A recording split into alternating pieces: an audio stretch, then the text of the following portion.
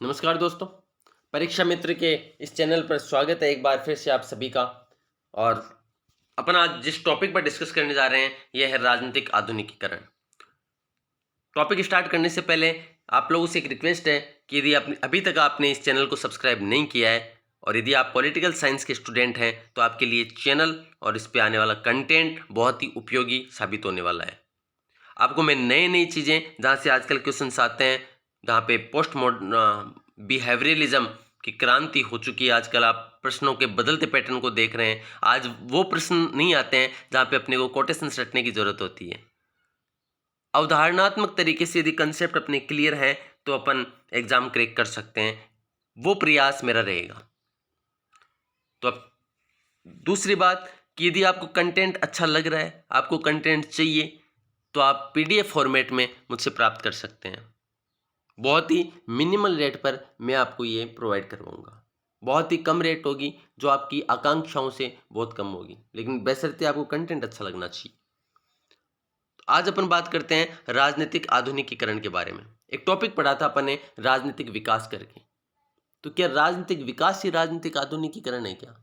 तो आधुनिकीकरण के क्या कंसेप्ट होते हैं, कौन सी अवधारणाएं आती हैं, और राजनीतिक विकास अपन ने पहले पढ़ा था। अगर आपने वो वीडियो नहीं देखा है तो पहले आप राजनीतिक विकास को समझने का प्रयास कीजिए। यदि राजनीतिक विकास आपको समझ में आएगा तो राजनीतिक आधुनिकीकरण भी समझ में आएगा। राजनीतिक आधुनिकीकरण का मतलब है कि राजनीति में आधुनिकता के कौन से तत्व हैं। अगर वे तत्व शामिल हैं किसी देश की राज व्यवस्था में तो इसका मतलब वहां पे आधुनिकीकरण है, अन्यथा नहीं है। जैसे लोकतंत्र, स्वतंत्रता, समानता, बंधुत्व जैसे यदि तत्व मौजूद हैं, चाहे कैसी भी व्यवस्था है, चाहे साम्यवादी व्यवस्था, लेकिन साम्यवादी व्यवस्थाओं में लोकतांत्रिक व्यवस्थाएं नहीं आ पाती हैं, अभिव्यक्ति की स्वतंत्रताएं नहीं मिल पाती हैं।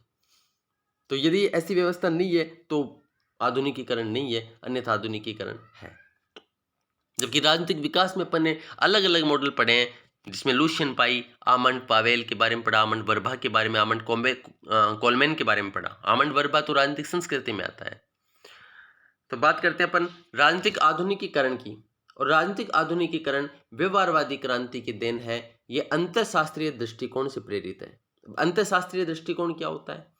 अंतःशास्त्रीय दृष्टिकोण या अंतः अनुशासनात्मक दृष्टिकोण, या इंग्लिश में एक ही टर्मिनोलॉजी आती है, इंटरडिसिप्लिनरी। तो इंटरडिसिप्लिनरी होता है क्या है, अंतःशास्त्रीय दृष्टिकोण क्या है? जब अपन किसी विषय का अध्ययन करते हैं तो उसमें बहुत सारे विषयों का समावेश करके अपना जो अध्ययन होता है वो डायनेमिक होता है, तो उसको अंतः अनुशासनात्मक अध्ययन कहा जाता है। जैसे आज किसी भी देश की जो राज व्यवस्था है, उस राज व्यवस्था को केवल पॉलिटिकल इश्यूज जो होते हैं वो ही प्रभावित नहीं करते हैं, बल्कि उसको वहाँ की संस्कृति कैसी है, कल्चर कैसा है वहाँ की। तो इसके लिए अपने को समाजशास्त्र पढ़ना पड़ता है, सोशियोलॉजी पढ़ना पड़ेगा। तो सोशियोलॉजी का अध्ययन उस परिप्रेक्ष्य में किया या नहीं। इकोनॉमिक जो डिसीजन होते हैं वो राजनीति को प्रभावित करते हैं। यहाँ तक कि आजकल एक कॉन्सेप्ट आता है जियोपॉलिटिकल, यानी जो ज्योग्राफी के कंसेप्ट थे, ये यूं कहो कि कुछ ऐसे क्षेत्र हैं दुनिया के जो विवादास्पद क्षेत्र हैं, जो प्रभावित करते हैं राज व्यवस्था को। तो इन सब का यदि मिलाकर के अध्ययन किया जाता है तो वह कहलाता है अंतः शास्त्रीय दृष्टिकोण। ये व्यवहारवाद की एक विशेषता है। राजनीतिक आधुनिकीकरण की अवधारणा समाजशास्त्र से जुड़ी हुई है। इसका तात्पर्य है अपनी संस्कृति के अनुकूल वैज्ञानिकता अपनाना। आधुनिकीकरण की अवधारणा राजनीतिक शास्त्र में राजनीतिक आधुनिकीकरण के नाम से जानी जाती है। यह अवधारणा विकासशील देशों के अध्ययन से संबंधित है, और विकासशील देशों का अध्ययन आधुनिकता, वैज्ञानिकता के आधार पर किया जाता है, ना कि अमेरिका को आदर्श मानकर। देखिए, राजनीतिक विकास में अमेरिका जैसे देशों को आदर्श माना गया, राजनीतिक संस्कृति में अमेरिका जैसे देशों को आदर्श माना गया, लेकिन राजनीतिक आधुनिकीकरण ऐसा कंसेप्ट है जिसमें अमेरिका को आदर्श नहीं माना गया है। बहुत ही इंपॉर्टेंट पॉइंट है, यहाँ से प्रश्न पूछा भी जाता है। फिर अपन बात करें डेविड स्टर्न का व्यवस्था सिद्धांत, संरचनात्मक प्रकार्यात्मक सिद्धांत आमंड पावेल का, ये सब अमेरिका को आदर्श मानते हैं, लेकिन यहाँ पे यूएसए को आदर्श नहीं माना गया है। कहाँ पर? राजनीतिक आधुनिकीकरण के कॉन्सेप्ट में।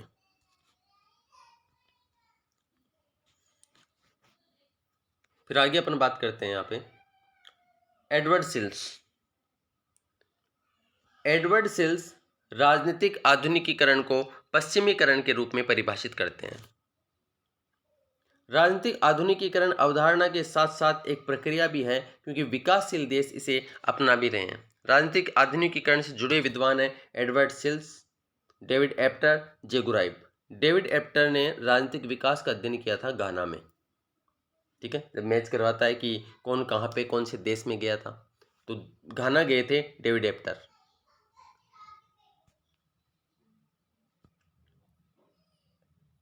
राजनीतिक आधुनिकीकरण की विशेषताएं क्या है? देखिए, आपको अभी समझ में आ जाएगा कि राजनीतिक विकास क्या है और राजनीतिक आधुनिकीकरण क्या है। राजनीतिक आधुनिकीकरण परंपरागत सत्ता के स्थान पर संवैधानिक सत्ता पर बल देता है। ये सत्ता का विकेंद्रीकरण करना चाहता है, क्योंकि उसमें क्या पढ़ा था विकास में अपन ने, राजनीतिक विकास में समानता, क्षमता, विभेदीकरण है या नहीं, जनता जागरूक है या नहीं है अपने अधिकारों के प्रति, और जो सत्ता है उसके पास में जब मांग जाती है तो उस पर समर्थन कैसा दिया जाता है, इन सब पे डिपेंड करता है। जबकि यहाँ पे सत्ता के विकेंद्रीकरण का समर्थन करता है। यह स्थानीय स्वशासन, पंचायती राज का समर्थन करता है। विकेंद्रीकरण का मतलब भी पंचायती राज है। यह निम्न वर्ग, महिलाओं के लिए आरक्षण पर बल देता है। यह सकारात्मक अधिकारों पर बल देता है।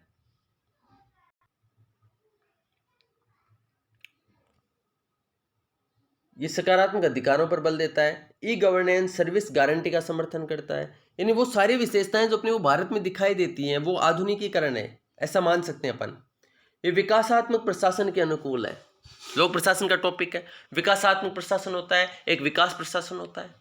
तो विकास प्रशासन के बिल्कुल अनुकूल है। विकासात्मक प्रशासन विकासशील देशों में अपनाया जाता है, जिसमें वैज्ञानिकता अपनी संस्कृति के अनुरूप अपनाई जाती है। ये नागरिक केंद्रित प्रशासन का समर्थन करता है और शासन जनता की भावना के अनुरूप होना चाहिए। कोई ऐसा पॉइंट नहीं है इसमें, इसको की डिटेल में समझाएं, साधारण सी बातें हैं। आधुनिकीकरण के प्रकारों की बात करते हैं और इसमें प्रमुख विद्वान हैं जे कुराइब। जे कुराइब 2 प्रकार का आधुनिकीकरण बताता है। कौन कौन से हैं? जे कुराइब के अनुसार 2 प्रकार का होता है। तो मर्यादित या सीमित आधुनिकीकरण, यानी जब आधुनिकीकरण उच्च वर्ग तक सीमित रहे तो उसे मर्यादित आधुनिकीकरण कहते हैं। दूसरा है जन आधुनिकीकरण, इसमें आम जनता अपना ले उसे जन आधुनिकीकरण कहते हैं। नाम से पता चल रहा है, सीमित आधुनिकीकरण एलिट क्लास तक रहता है, जन आधुनिकीकरण आम जनता तक पहुंच जाता है। यानी जब आम जनता भी ई गवर्नेंस जैसे कार्यों का फायदा उठाने लग जाती है, इनके प्रति अवेयर हो जाती है, अपने अधिकारों के प्रति अवेयर हो जाती है, तो वो जन आधुनिकीकरण है। आधुनिकीकरण और शासन की प्रकृति, डेविड एप्टर के अनुसार समाजवादी शासन की तुलना में उदारवादी शासन में आधुनिकीकरण तेज गति से होता है। यानी जो अधिकार मिलते हैं व्यक्ति को या अवेयरनेस आती है वो उदारवादी व्यवस्थाओं में जल्दी आती है, लोकतांत्रिक व्यवस्थाओं में जल्दी आती है, बजाय समाजवादी साम्यवादी व्यवस्थाओं की। उदारवादी शासन भी अब 2 प्रकार का होता है, ऐसा बता रहे हैं डेविड एप्टर। एक तो पिरामिड वंशानुगत शासन, कहने को लोकतंत्र है लेकिन चल रहा है वंशानुगत। दूसरा है श्रेणी क्रम पद सोपानी उदारवादी शासन। पिरामिड वंशानुगत शासन में उदारवादी शासन और श्रेणी क्रम जो है पद सोपानी उदारवादी शासन है, इसमें शासन और योग्यता पर बल दिया जाता है, जबकि पिरामिड में वंशानुगत शासन चल रहा होता है।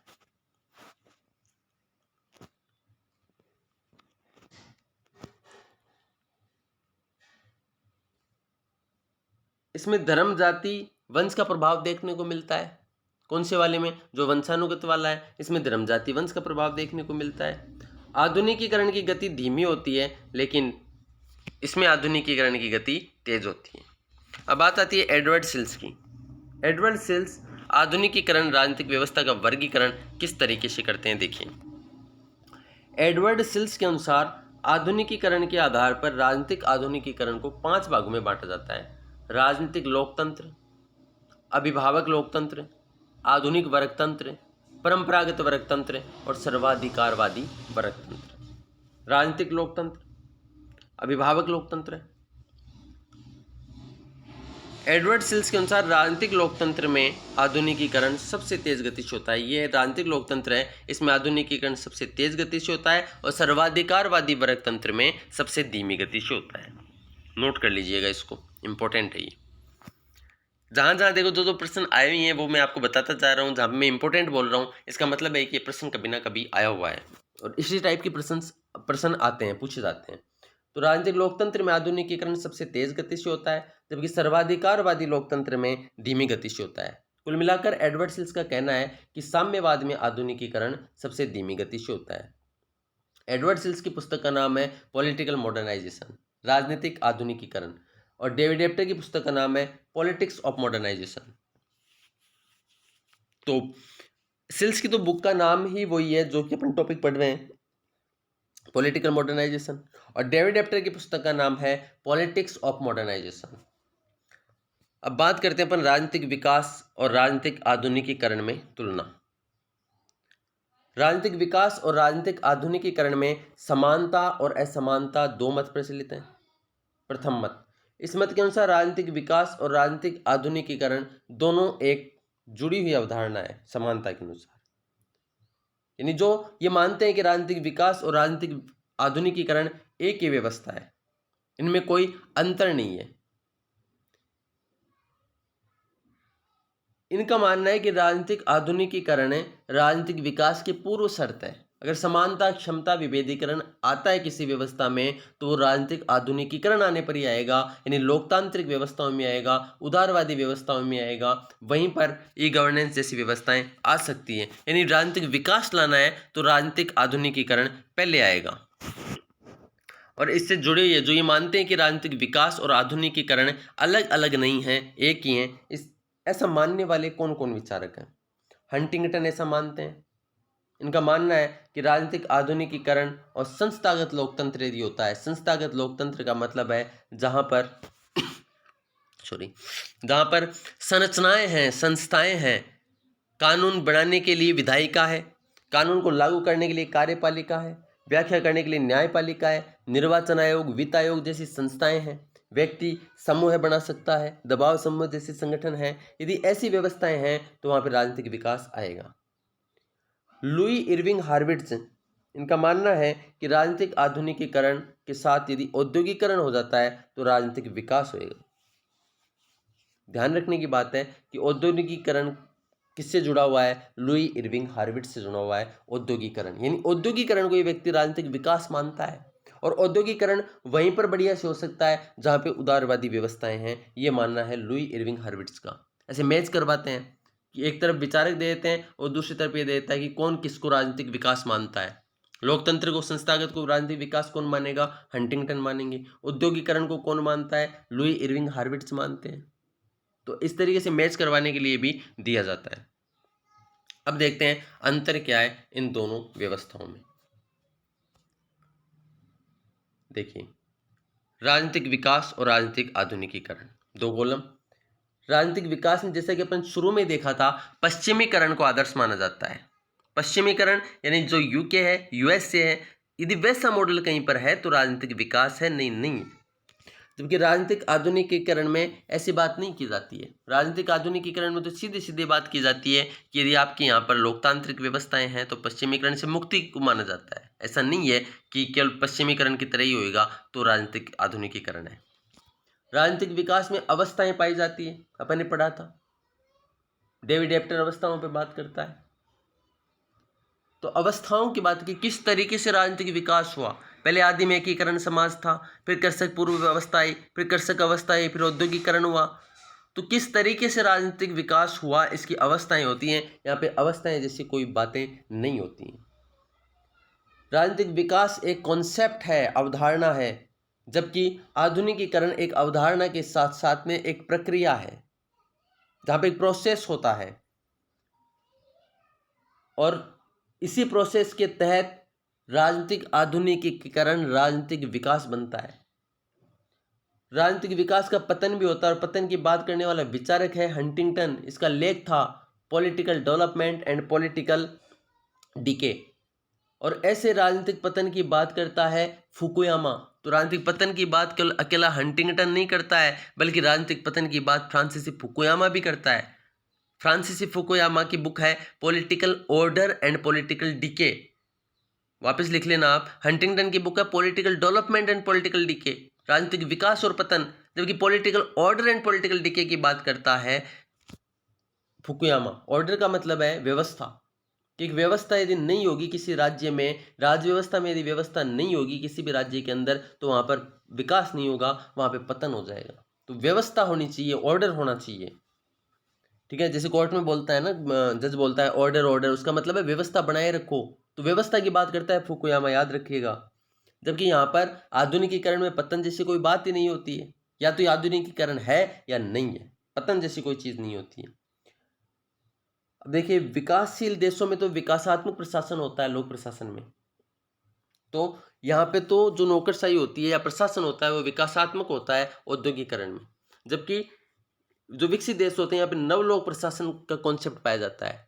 नवलोक प्रशासन एक पूरा टॉपिक है नेट के सिलेबस में या पब्लिक एडमिनिस्ट्रेशन में, पढ़ेंगे कभी अपन, ठीक है। तो अभी इतना ध्यान रखिए कि नवलोक प्रशासन पाया जाता है विकसित देशों में, यानी राजनीतिक विकास में। जबकि विकासात्मक प्रशासन विकासशील देशों से संबंधित है, राजनीतिक आधुनिकीकरण से संबंधित है। उपभोक्ता केंद्रित प्रशासन पाया जाता है विकसित देशों में, यानी राजनीतिक विकास में उपभोक्ता केंद्रित प्रशासन पाया जाता है, जबकि नागरिक केंद्रित प्रशासन पर बल दिया जाता है राजनीतिक आधुनिकीकरण में। ये मूलभूत अंतर है। तो राजनीतिक विकास और राजनीतिक आधुनिकीकरण में आधारभूत अंतर है। डेविड एप्टर हालांकि आधुनिकीकरण की 4 अवस्थाओं की चर्चा करते हैं, लेकिन डायरेक्ट अपने पास क्वेश्चन आता है, क्या राजनीतिक आधुनिकीकरण में अवस्थाएं पाई जाती हैं? नहीं पाई जाती हैं, ठीक है। संपर्क और नियंत्रण की अवस्था, क्रिया प्रतिक्रिया की अवस्था, स्वतंत्रता की अवस्था और विकास की अवस्था, ये राजनीतिक आधुनिकीकरण पे डिस्कस था अपना। और इसके अलावा भी और कोई नए विचारक जैसे किसी बुक में मुझे मिलेंगे तो मैं पार्ट 1 पार्ट 2 बना करके आपने सामने और नए वीडियोस में आपको प्रोवाइड करवाऊंगा। नए थिंकर्स, नए थॉट जो आजकल पूछे जा रहे हैं हर प्रकार के टॉपिक में, तो वो भी मैं आपको आगे प्रोवाइड करवाता रहूँगा। Lot of thanks for discuss.